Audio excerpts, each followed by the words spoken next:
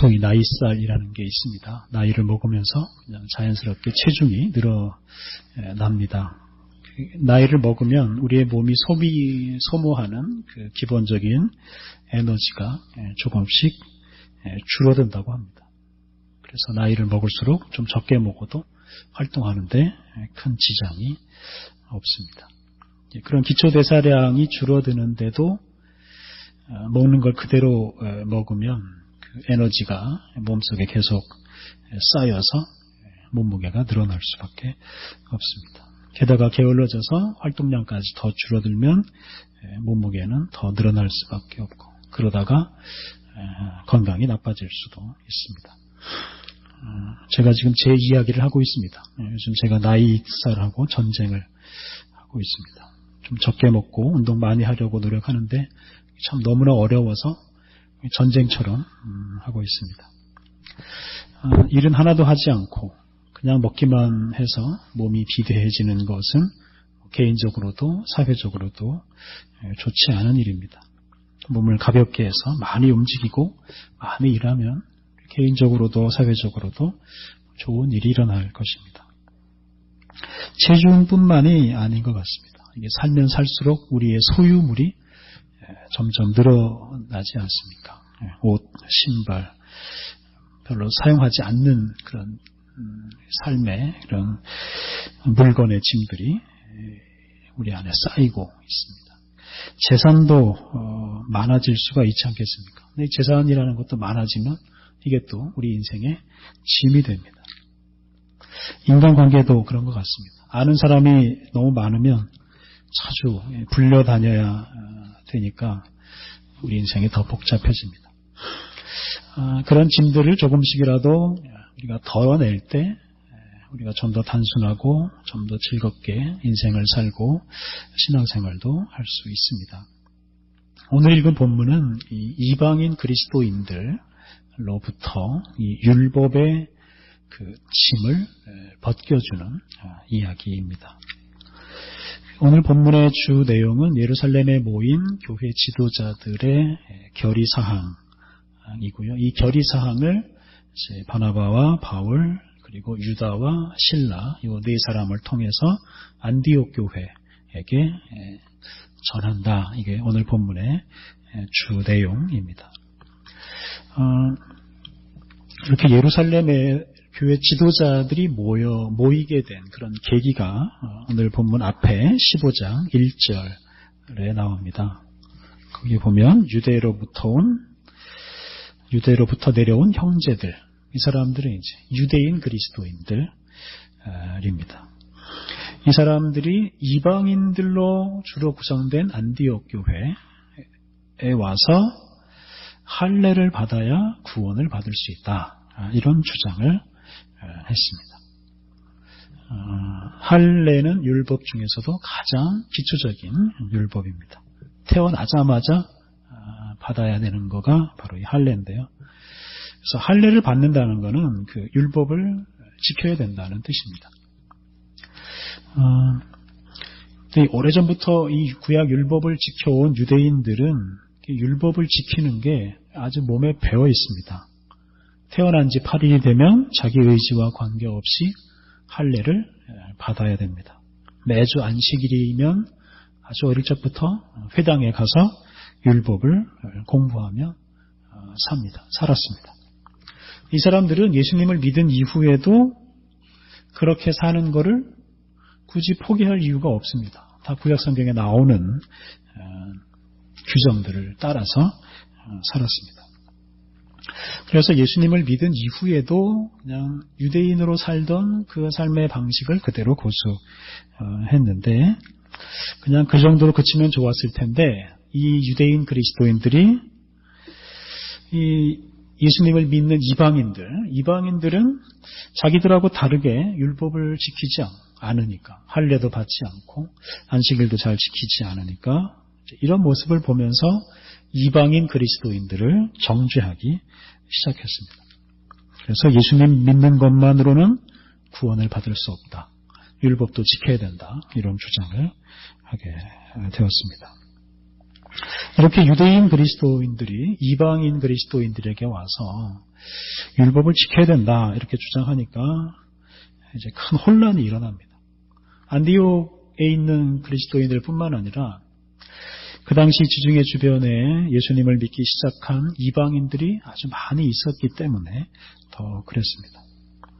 바울을 비롯한 복음 전도자들이 이방인들에게 복음을 전할 때 예수님을 믿으라 이렇게 복음을 전했지 할례를 받으라, 안식일을 지켜라 이렇게 율법을 지키라고 복음을 전하지는 않았습니다. 그러니까 전도자들의 그 핵심 메시지는 십자가에서 죽으시고 부활하신 예수님이었습니다. 그런 말씀을 듣고 회개하고 예수님을 믿은 이 이방인들이 갑자기 구약의 율법까지 지켜야 된다, 그래야 구원받는다 이런 말을 듣고 당황하지 않을 수가 없었습니다. 당황한 사람들은 이방인들뿐만 아니라 바울과 같은 전도자들도 마찬가지였습니다. 그래서 유대인 그리스도인들의 주장이 옳다고 하면 전도자들은 지금 복음 예수 그리스도만 가르칠 게 아니라 구약의 율법도 가르쳐야 되는 겁니다. 할례를 어떻게 해야 되는지, 안식일을 어떻게 지켜야 되는지 이런 것도 이제 가르쳐야 되는데 이건 전도자들의 양심에 맞지도 않고 또 진리도 아닙니다. 그래서 바울과 바나바 같은 이 전도자들이 이제 이 문제를 가지고 이제 온 교회가 함께 모여서 이 문제를 가지고 토론을 하자 이런 제안을 하게 됩니다. 그래서 예루살렘에서 회의가 열립니다. 그래서 예루살렘과 그 당시 또 여러 지역에 있던 교회 지도자들이 이렇게 한 자리에 모입니다. 그래서 이 예루살렘에 모여서 이방인 그리스도인들이 율법을 지켜야 되느냐 말아야 되느냐 이 문제를 가지고 토론을 이제 시작합니다. 이 회의를 최초의 교회 회의 또는 예루살렘 공의회라고 부릅니다. 이 회의가 사실은 요즘 우리들이 하는 총회, 노회 이런 것의 이제 모범이기도 합니다. 그리고 이 예루살렘 공의회를 계기로 해서 이 교회와 유대교 공동체가 완전히 다르다 하는 것이 이제 드러나게 됩니다. 오늘 본문 앞부분을 보면 아주 활발하게 그 토론이 이루어집니다. 그래서 이 많은 변론들이 오고 간다라고 표현을 하고 있습니다. 이렇게 토론이 이루어진다는 거 얼마나 귀한 일인지 모릅니다.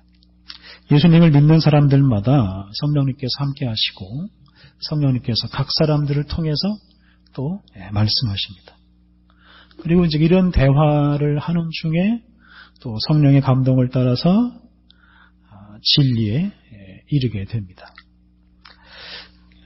성령님 인도하심 따라서 토론하고 합의에 이르고 결국 한 가지 결론을 내리게 됩니다. 사실 성령님께서 우리를 이렇게 인도하신다라는 확신이 있을 때 사실 이런 회의도 할 수가 있습니다. 특히 이제 정치인들이 그렇습니다만 정치인들은 대개 결론을 딱 내려놓고 그 결론을 자기 마음에 품고 상대방을 설득하려고 애를 씁니다. 자기 입장은 바꿀 생각을 전혀 하지 않고 상대방만 바꾸려고 하니까 그 토론은 하나만 하고 토론의 결론은 늘 싸움이죠. 예루살렘에서 열린 이 회의는 믿음의 사람들이 성령님의 인도하심을 따라서 서로 신뢰하는 가운데 함께 내린 결정입니다. 이 내용보다도 사실은 과정이 훨씬 더 중요한데요. 이게 어느 한 사람이 일방적으로 정한 게 아니고 이렇게 많은 변론이 있은 후에 내린 결론이기 때문에 이 결정 내용도 모든 사람들이 다 함께 잘 수용했습니다. 다른 의견을 가진 사람들이 있을 수 있겠지만 그 의견을 버리고 이렇게 회의에서 정해진 이 내용을 가지고 함께 살았습니다.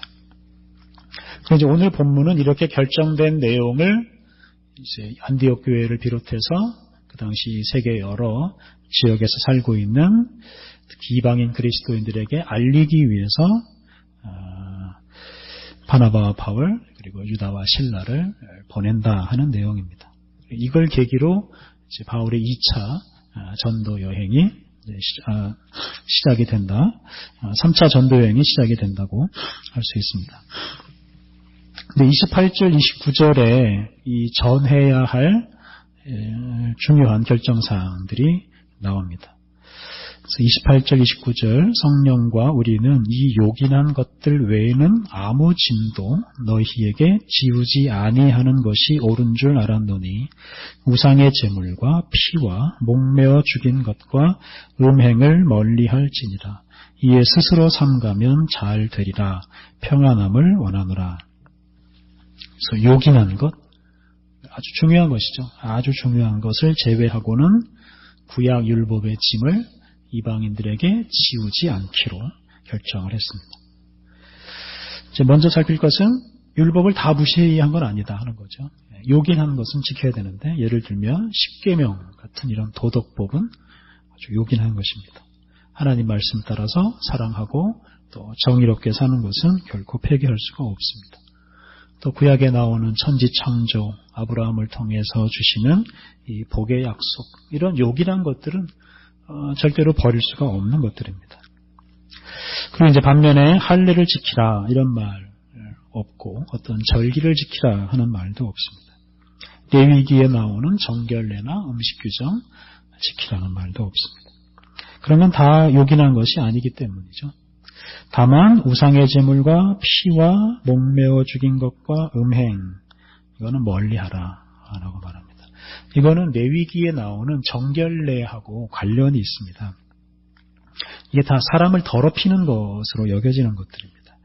우상의 제물은 이게 단지 우상 제물이라기보다도 우상을 섬기는 그 자리에 참여해서 그 이방 종교를 믿는 사람들과 함께 우상에게 절하고 함께 음식을 나누는 것을 말합니다. 피를 먹지 말라는 것은 구약 성경에 늘 강조하는 겁니다. 이 생명을 존중하라는 차원에서 하는 말입니다. 목매어 죽인 것은 이게 도축 과정을 제대로 지키지 않아서 이제 불결하게 죽은 짐승을 말합니다. 이제 음행은 근친상간을 비롯한 이런 성적인 문란을 가리킵니다. 이게 다 레위기에 나오는 말씀인데요. 레위기에 나오는 이런 규정들 중에서도 아주 명백하게 사람을 더럽히는 음식이나 행위는 하지 말라, 이런 당부를 한 것입니다. 그런데 이제 이 회의에서 가장 중요한 것은 예수님을 믿는 이방인들에게 율법의 짐을 지우지 않기로 결정을 한 것입니다. 이방인들이 마치 그 유대교 신자처럼 이렇게 율법에 얽매여 살지 않도록 한 것입니다. 근데 이방인 그리스도인들이 나타나기 전까지는 이제 유대인 그리스도인들만 있었던 시대에는 이게 교회하고 유대교하고 구분이 잘 안 됐습니다. 기독교는 유대교의 아류 정도였습니다. 그러니까 그리스도인들은 좀 특별한 유대교 신자처럼 여겨졌습니다. 그런데 이제 할례를 비롯한 이런 율법 규정을 지키지 않아도 된다라고 결정함으로써 이때부터 이제 그리스도인들은 유대교나 유대인하고는 이제 전혀 다른 길을 가게 되고, 그래서 전혀 다른 공동체라는 것이 세상에 드러납니다. 그리고 이것 덕분에 교회는 유대인들의 종교가 아니라 온 세상 모든 민족의 종교로 자리 잡을 수가 있게 됩니다. 만약에 이 당시 교회 지도자들이 함께 모였을 때 할례를 받아야 된다는 이런 주장을 받아들여서 유대인처럼 율법을 지켜야 된다, 이렇게 결정을 했더라면 어떻게 되었겠습니까? 물론 이제 교회의 본질상 그런 결정을 내릴 수는 없었습니다만, 만일 그렇게 됐더라면 그냥 기독교가 유대교의 아류로 계속 남아있다가 결국은 사라져버렸을 것입니다. 그러니까 교회가 이렇게 요긴한 것, 그러니까 본질적인 것, 이것을 붙들고 살아야 되는데 이런 게 아닌 것을 붙들고 살면 교회는 그런 비본질적인 것에 사로잡혀서 사라지고 말 수도 있습니다. 이 교회는 본질적으로 사람에게 짐을 지어주는 그런 공동체가 아닙니다. 예수 그리스도의 이름으로 또 예수 그리스도의 복음으로 죄의 용서 그리고 죄와 사망의 권세로부터의 해방, 용서와 해방을 선포해야 합니다. 우리를 죽음으로 몰아가는 이런 죄로부터의 해방, 우리의 인생을 억압하는 개인적이거나 사회적인 이런 억압들, 정신적이거나 물질적인 억압들, 이런 것들로부터 우리를 해방시키는 것이 바로 복음이고 복음의 능력입니다. 그러니까 우리는 예수님을 믿음으로 우리를 얽어매는 모든 것으로부터 해방될 수가 있습니다. 그래서 예수님 믿는 이런 일을 이것도 하고 저것도 하고 또는 이건 하지 말고 저것도 하지 말고 뭐 이렇게 어떤 뭘 해야 하고 뭘 하지 말아야 하고 이런 규정들로 축소시키면 안 된다 하는 뜻입니다. 예수님을 믿는 사람들은 예수님의 은혜로 해방되어서 자유로운 존재가 됩니다. 성령님에게 이끌려서 자유롭게 살아가는 사람들, 이게 바로 우리 그리스도인들의 본래 모습이고, 우리를 자유롭게 하지 못하는 것들은 우리가 다 내어 버려야 합니다. 루터 시대의 그리스도인들은 어떻게 보면 노예처럼 신앙생활을 했습니다. 그러니까 자발적으로 신앙생활하는 사람은 아주 드물었습니다. 주로 시키는 대로 했습니다. 사제가 시키는 대로 또 교황이 시키는 대로 살았습니다. 교황이 시키는 대로 면죄부라는 것까지 샀습니다. 그러니까 자발적으로 혼자 신앙생활을 하지 못하고 소위 성물, 거룩한 물건들이죠. 이런 성상, 성화 이런 것 의존하고 또 성인들을 의존하기도 했습니다. 여러 차례 말씀드렸지만 스스로 성경을 읽는 사람이 거의 없었습니다. 스스로 기도하는 사람도 없었습니다. 기도라는 건 그냥 정해진 그 기도문을 그냥 주문처럼 외우는 게 전부였습니다. 그러니까 이렇게 하나님 앞에 스스로 나가지 못하고 사제와 성인과 성물 또 여러 가지 의식과 기도문 이런 것들의 도움을 받아서 종속적으로 신앙생활을 하다 보니까 그 당시 교회가 타락하고 자유로운 신앙생활도 할 수가 없었습니다. 그래서 이런 시대에 루터가 강조한 것은 바로 오직 믿음으로. 그러니까 예수님을 믿느냐, 이게 제일 중요한 것입니다. 그리고 루터가 제일 강조한 것은 예수님을 믿음으로 의롭게 된다 하는 겁니다. 의롭게 된다라는 것에 참 많은 의미가 있습니다. 그러니까 예수님을 믿는 것으로 충분하다라는 뜻이 됩니다. 예수님을 믿는 것으로 우리는 더러움에서 벗어나고 하나님 앞에 설 수 있는 그런 의로운 존재, 거룩한 존재가 됩니다. 그러니까 이것저것 지키고 또는 이것저것을 안 하고 이렇게 해서 우리가 의인이 되는 게 아니라 단지 예수님을 철저하게 믿음으로 우리 자신과 우리의 삶이 거룩하게 변화되어 갈 수 있습니다. 그렇다고 도덕적이거나 사회적인 이런 바른 삶을 무시하는 건 아닙니다. 그런 삶은 우리가 믿음으로 살아갈 때 그냥 자연스럽게 따라오는 부차적인 것들로 보았습니다.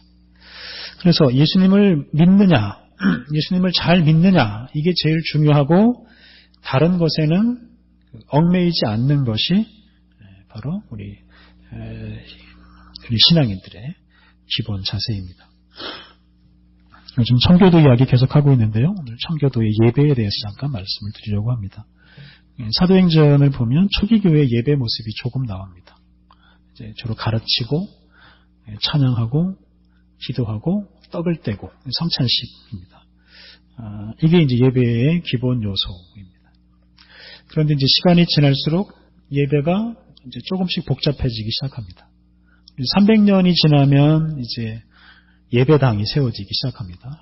오늘날 예배당보다도 훨씬 더 크고 화려한 예배당이 많이 세워지는데요. 그때부터는 소위 예배서라는 게 만들어집니다.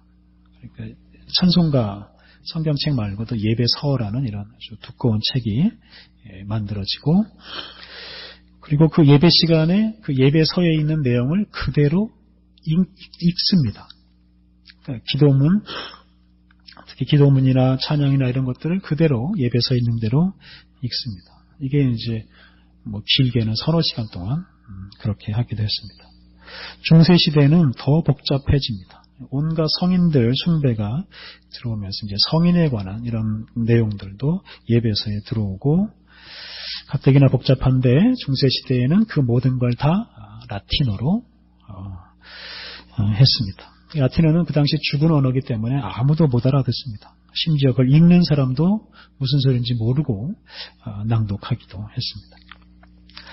그러다 보니까 예배에 참여하면서도 이게 지적으로는 하나도 깨닫는 게 없습니다.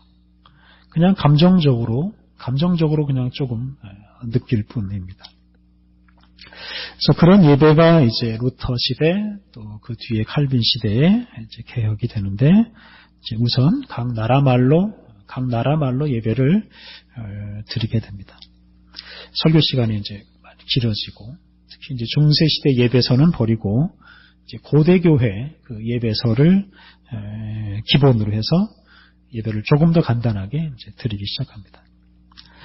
그런데 이제 영국의 청교도들은 그런 예배서에 만족하지 않습니다. 아예 예배서라는 것을 없애버렸습니다. 예배서를 없애버리고 예배 모범이라는 것을 처음으로 만듭니다. 그러니까 예배 모범이라는 것은 예배 순서만 이렇게 적어놓고 이렇게 예배 드려라, 아주 간단하게 예배에 대해서 소개만 합니다.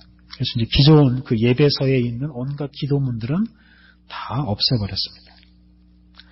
그래서 예배 시간에 예배서에 적힌 대로 기도하는 게 아니라 이제 각 사람이 감동을 받은 대로 기도하게 했습니다. 그리고 예배 순서도 아주 대폭 축소해서 오늘 우리가 드리고 있는 이런 예배처럼 찬양과 기도와 말씀 그리고 성찬이 중심이 되는 예배를 드리기 시작했습니다. 그러니까 오늘 우리들이 드리는 예배는 루터와 칼빈 시대 예배가 아니라 이 영국 청교도들이 시작한 이런 예배를 우리가 모범으로 삼아서 지금 드리고 있습니다. 이렇게 단순한 예배를 드리고자 하는 그 의도가 중요한데요. 이것은 우리 각 사람의 그 진정한 믿음을 이제 표현하고자 한 겁니다. 그러니까 남들이 적어놓은 어떤 이런 그 기도문 이런 것에 의존하는 게 아니라 내가 하나님께 어떻게 나아가야 되느냐, 이것을 표현하기 위함입니다. 그러니까 어떤 의식이나 어떤 기도문, 심지어는 어떤 예배당의 장식 이런 거에 도움을 받지 않고 스스로 개인적으로 하나님께 나아가고 하나님을 찬양하기 위해서입니다. 물론 이런 단순한 예배가 다 좋다 이렇게 말할 수는 없지만 이렇게 단순하게 예배를 드리려고 했던 우리 신앙의 선배들의 이런 정신은 바로 잘 우리가 이어받아야 하겠습니다. 어쨌든 중요한 것은 우리가 예수님을 믿을 때 단순하게 믿어야 한다 하는 것입니다. 그러니까 복잡한 규칙을 지키는 것 또는 복잡한 방식으로 예배 드리는 것, 이게 예수님을 믿는 일에 방해가 된다 싶으면 우리가 과감하게 버려야 합니다. 뿐만 아니라 예수님을 믿는 것에 방해가 되는 우리의 삶에 있는 여러 가지 우리를 무겁게 하는 그런 짐들, 규칙들 우리가 다 내어버리고 우리의 마음과 삶을 좀 더 단순하게 해서 우리가 단순하고 기쁜 신앙생활, 단순하고 기쁜 우리 가정생활, 사회생활을 해나가야 하겠습니다. 우리 함께 기도하시겠습니다. 하나님, 우리가 여러 가지 규칙을 지키는 것을 예수님 믿는 것으로 착각하지 않게 하옵소서. 또한 그러한 것으로 다른 사람들을 정죄하려 하지 않게 하옵소서. 하나님과 우리 사이에 있는 복잡한 것들을 다 제거하고 단순한 마음으로 주님에 대한 믿음을 고백하며 살게 하옵소서. 예수님을 믿음으로 우리에게 주어지는 은혜와 자유를 가장 중요한 것으로 여기며 살게 하옵소서. 우리 인생의 짐이 되는 모든 것들 과감히 내어버리고 오직 예수님을 믿고 예수님에게만 소망을 두고 살아가게 하옵소서. 예수님 이름으로 기도드립니다. 아멘.